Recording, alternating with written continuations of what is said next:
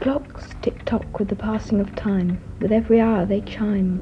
A day rolled by, gone. Clouds in an evil sky move on. Never to come again. No minute is the same. No bat of an eyelid like the last. That second has gone, past. And every second followed by another, unnoticed. Each minute passes, joins its brother. Colours, yellow, blue, red.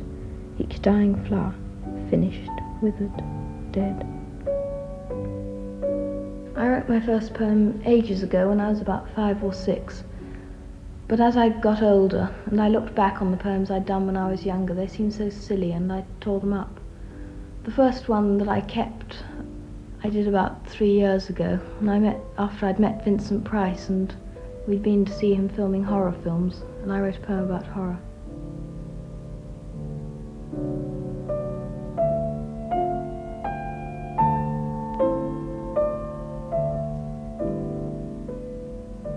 Well, I suppose they're sort of primitive, the paintings I do, but they're not really, because they're childlike, but they're not childlike really, because you get to a point where you're past painting like a child, and you won't lose it because you grow up and, and get older.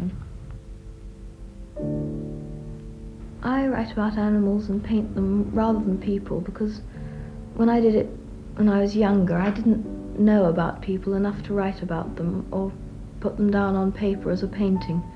So I did animals because people didn't know what animals actually thought, and I could make up my own thoughts for them. I never paint at school much because I suppose I'm frightened of being criticised by my art teacher.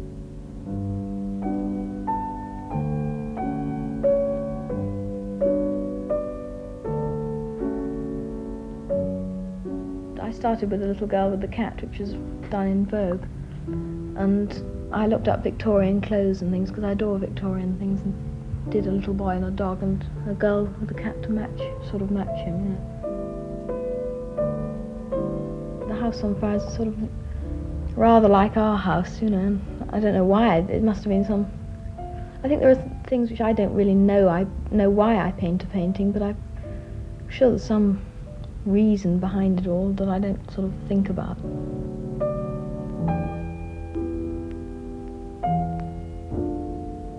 My mother collects fairground animals and things which we're supposed to sell in the shop, but she, half of them stay here because they're so gorgeous.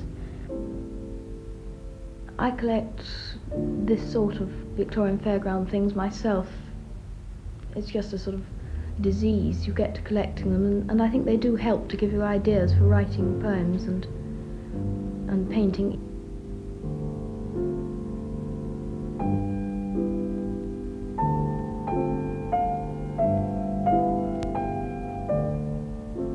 I don't know why the poems are morbid. They are a bit. They're all about death and swallowing things and decaying something or other. I don't know what that is in me.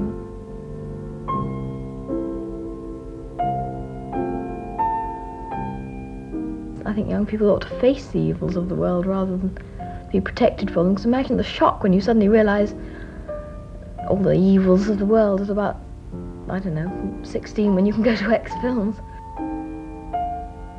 I don't really have very many friends because painting is a lonely sort of occupation. You do it by yourself. You don't need anybody sort of helping. It's your own. It's you. That's all.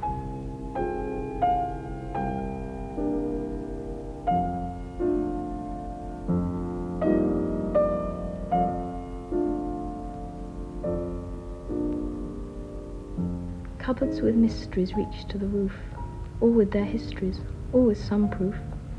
Odds and ends lie scattered about. Strangers, friends, are left in doubt as to what was inside them in years gone before. What was behind the door?